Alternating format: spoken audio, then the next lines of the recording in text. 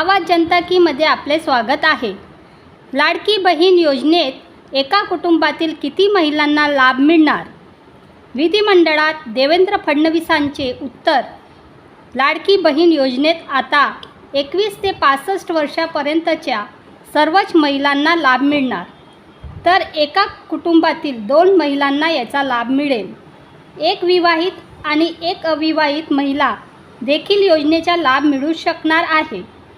1 जुलैपासून पुढील 60 दिवसात जे अर्ज करतील त्यात 1 जुलैपासून पैसे मिळतील आणि 1 ऑगस्ट नंतर जे अर्ज करतील त्यांना अर्ज केल्यानंतरच्या महिन्यापासून पैसे मिळतील, अशी माहिती उपमुख्यमंत्री देवेंद्र फडणवीस यांनी विधान परिषदेत सभागृहात माहिती दिली।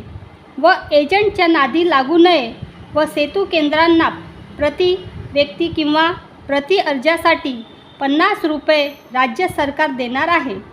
यावरचे पैसे जर कोण्या सेतू केंद्राने घेतले तर त्यांच्या सेतू केंद्र रद्द करण्यात येईल, अशी माहिती गृहमंत्र्यांनी विधान परिषदेत बोलताना दिली। धन्यवाद।